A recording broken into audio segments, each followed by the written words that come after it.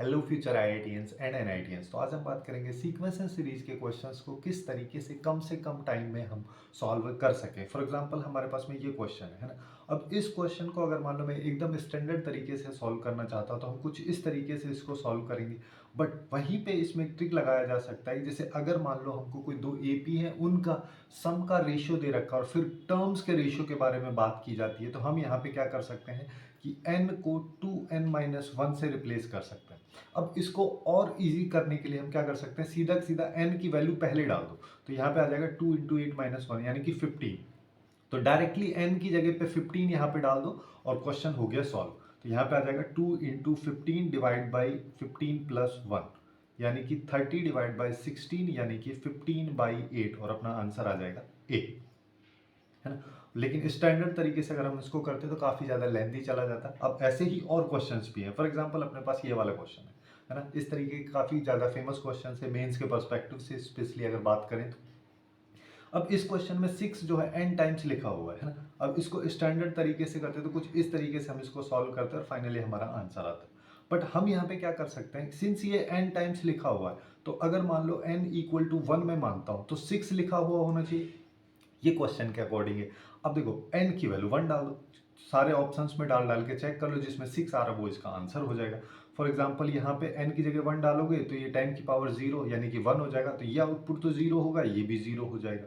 दो ऑप्शन तो खत्म हो गए। यहीं पे 10 की पावर n-1 की वैल्यू निकालो तो 10-1 यानी कि 9 आया। अब 9 को 9 से डिवाइड करोगे तो 1 आ जाएगा, तो यहाँ पे 4 आ रहा है लेकिन यहाँ पे 6 आ जाएगा। ठीक है, तो अपने पास इसका करेक्ट आंसर जो है बी आ गया। अब देखो, अब कुछ कॉम्प्लिकेटेड क्वेश्चंस की तरफ भी हम चलते हैं। फॉर एग्जांपल ये वाला क्वेश्चन काफ़ी कॉम्प्लिकेटेड लग रहा है देखने से, वैसे एडवांस का APYQ है और अभी रिसेंटली जेईई मेंस 2023 में भी इसी के रेस्पेक्ट में एक क्वेश्चन भी पूछा गया था। अब इसको कैसे सॉल्व करेंगे, देखो इसको अगर मान लो हम एकदम स्टैंडर्ड तरीके से सॉल्व करते तो कुछ इस तरीके से सॉल्व किया जाता है। यहाँ पे सिंस A1 A2 A3 सारे सारे AP में है, तो इन सब का डिफरेंस जो होगा वो एक्चुअली इक्वल होगा, कॉमन होगा, जिसको अपन कॉमन डिफरेंस या डी बोलते हैं। और इनके इन सारी टर्म्स को, जैसे फॉर एग्जांपल मैं फर्स्ट टर्म को रैशनलाइज कर देता हूँ तो अपन इस तरीके से इसको सॉल्व कर सकते हैं। बट हमको इतना लेंदी करना ही नहीं है, ठीक है। इतना लेंदी करेंगे कहीं ना कहीं कैलकुलेशन मिस्टेक होगी और फाइनली जो हमारा आंसर है वो गलत हो जाएगा। अब यहाँ पे देखो अपन क्या स्टेप लगा सकते हैं कि सिंस यहाँ पे सारे के सारे नंबर्स जो है AP में है, अब या तो ऐसा करो कि कोई भी नंबर्स चूज कर लो। अब इसके लिए भी एक ट्रिक अपन ये लगा सकते हैं, एक चीज ऐसा सोच सकते हैं कि वो नंबर्स ले लो जो कि परफेक्ट स्क्वायर है। सिंस यहाँ पे स्क्वायर रूट दे रखा है, परफेक्ट स्क्वायर की वजह से यहाँ पे सारी की सारी वैल्यूज इंटीजर में अपने को मिलेंगी। लेकिन अगर उतना नहीं सोच पा रहे, अगर उतना सोच पाते तो अपन यहाँ पे कर देते 1, 25 और 49, है ना।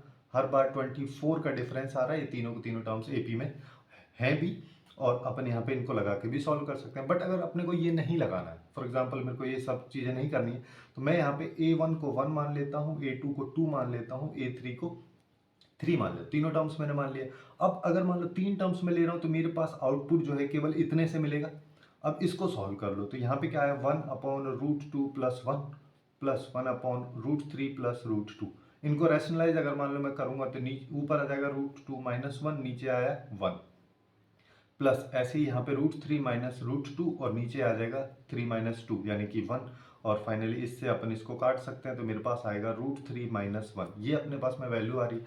अब ऑप्शन से देख लो ये किस में है। ऑप्शन से अगर मान लो मैं यहाँ पे देखता हूँ, फॉर एग्जाम्पल इसमें देखेंगे तो ये तो नहीं आएगा, है ना। यहाँ पे 3 डालोगे तो √3 - 1 हो गया, नीचे डिवाइड में 2 आ जाएगा। लेकिन जैसे इसको सॉल्व अगर मान लो मैं करता हूँ, यहाँ पे 1/√3 प्लस 1 है, इसको रैशनलाइज अगर मान लो मैं करता हूँ तो 3 - 1 यहाँ पे आ जाएगा √3 - 1/2, ये तो बाई 2 आ रहा है। ऐसे इधर भी आएगा इधर भी आएगा, लेकिन इस ऑप्शन को अगर मान लो मैं लेके चलता हूँ यहाँ पे, तो यहाँ पे मेरे पास 2 ऊपर आ रहा है और नीचे आ जाएगा √3 प्लस 1। अब इसको रैशनलाइज अगर मान लो मैं करता हूँ यहाँ पे, तो नीचे 2 आएगा, ये मेरे को 2 देगा और ऊपर भी 2 है, ये दूसरे को कैंसिल कर देंगे। फाइनली अपने पास बचेगा √3 - 1 और यही अपने को लेके आना था। तो इस क्वेश्चन का जो करेक्ट आंसर है वो अपने पास डी निकल के आ जाएगा। देख रहे हो काफी ईजी है as compare to standard process. अब यहाँ पे और क्वेश्चंस की तरफ चलते हैं। फॉर एग्जांपल अपने को ये वाला क्वेश्चन दे रखा है ना, यहाँ पे बोला है ये पूरा पूरा सीक्वेंस जो है HP में है, जिसका मतलब इसका रेसिप्रोकल AP में होगा। तो अपने को ये सारे के सारे बताने हैं कि ये जो है किस सीक्वेंस में, किस तरीके का प्रोग्रेशन यहाँ पे हो रहा है। अब इसको अगर मान लो एकदम स्टैंडर्ड तरीके से हम सॉल्व करते हैं तो कुछ इस तरीके से इसको सॉल्व किया जाता है, सिंस इसका रेसिप्रोकल एपी में हो जाएगा। और किसी भी एपी को अगर किसी एक पर्टिकुलर सेम नंबर से मल्टीप्लाई किया जाता है, डिवाइड किया जाता है, तो वो हमेशा एपी में ही रहता है, प्लस माइनस करते हैं तब भी एपी में ही रहता है, तो फाइनली अपने पास एचपी आ जाता है। बट ये सब अपने को करना ही नहीं है। तो जब भी एचपी वाला केस आए तो यहाँ पे हम अगर मान लो अपने को कोई टर्म्स लेनी है तो अपन यहाँ पे 2 या 3 टर्म्स ले रहे हैं तो 2, 3, 6 ले सकते हैं, क्योंकि इनके रेसिप्रोकल एपी में ही होते हैं। यहाँ पे आ जाएगा 2/3 इक्वल टू 1/2 प्लस 1/6, जो कि 2/3 ही आता है। अब इसी चीज को यहाँ पे अप्लाई कर दो। फॉर एग्जाम्पल यहाँ पे मेरे को पहली टर्म निकालनी है। पहली टर्म क्या कहती है?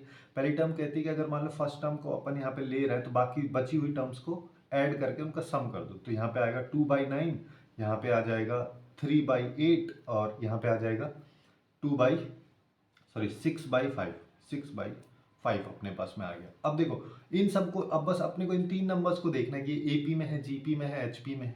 अब सिंस ये एपी में तो अपने को लग नहीं रहा, तो क्या सीधा सीधा इसका रेसिप्रोकल लेके अपन इसको एचपी में चेक कर सकते हैं। फॉर एग्जांपल यहाँ पे क्या कर देंगे, 8/3 इंटू 2 और यहाँ पे आ जाएगा 9/2 प्लस 5/6, जिसका एलसीएम 6 आ जाएगा, 18 प्लस 5, तो यहाँ पे आया 23। सॉरी ये कुछ तो गलत हुआ है, यहाँ पे 15 आएगा। एक सेकेंड, ये पूरा ही गलत हो गया ना यार।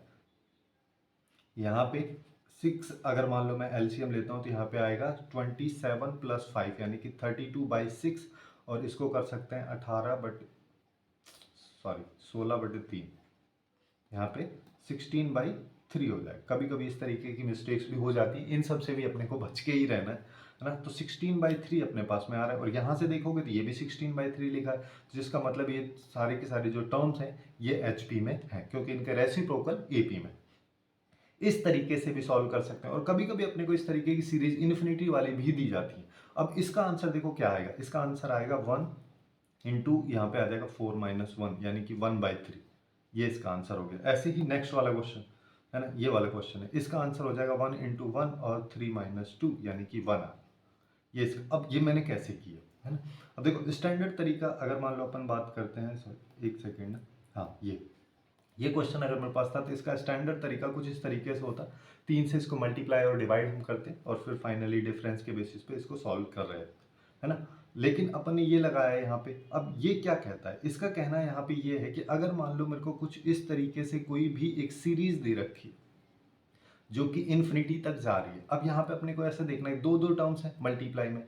अब अगर ये टर्म्स जो हैं a1, a2, a3, a4, a7, ये सारी की सारी टर्म्स एपी में होनी चाहिए, उसके साथ साथ b1, b2, b3 ये भी सब एपी में होनी चाहिए, जिसका मतलब अपने पास में निकल के आएगा b1 - a1, b2 - a2, ये सब जो है इनका कॉमन डिफरेंस इक्वल होना चाहिए। फॉर एग्जाम्पल यहाँ पे अगर अपन देखते हैं तो देखो 1, 4, 7 है ना, 7 के बाद यहाँ पे 10 आएगा, तो हमेशा 3 ऐड हो रहा है और एपी में है। ऐसे ही 4, 7, 10 ये भी एपी में ही है, इसका कॉमन डिफरेंस भी 3 है। तो अपने को करना क्या है, इसके अकॉर्डिंग फर्स्ट टर्म ले लो सबसे पहले जो लिखी है वो, और इन दोनों का डिफरेंस उसका रेसिप्रोकल बेसिकली। तो यहाँ पे देखो सबसे पहले अपन ने लिया फर्स्ट टर्म, और यहाँ पे अपन क्या कर सकते हैं, इन दोनों का डिफरेंस यहाँ पे 3 - 2 कर दो या 2 - 1 कर दो, बात एक ही है क्योंकि सबका डिफरेंस इक्वल ही है, तो ये यहाँ पे आ जाएगा 1।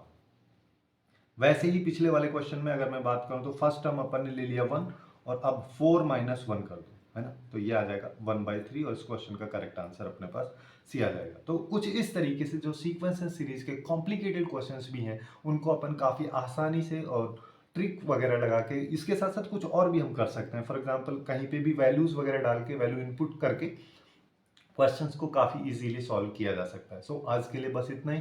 Hopefully you guys find it useful, and if you find it useful then please do like, share and subscribe.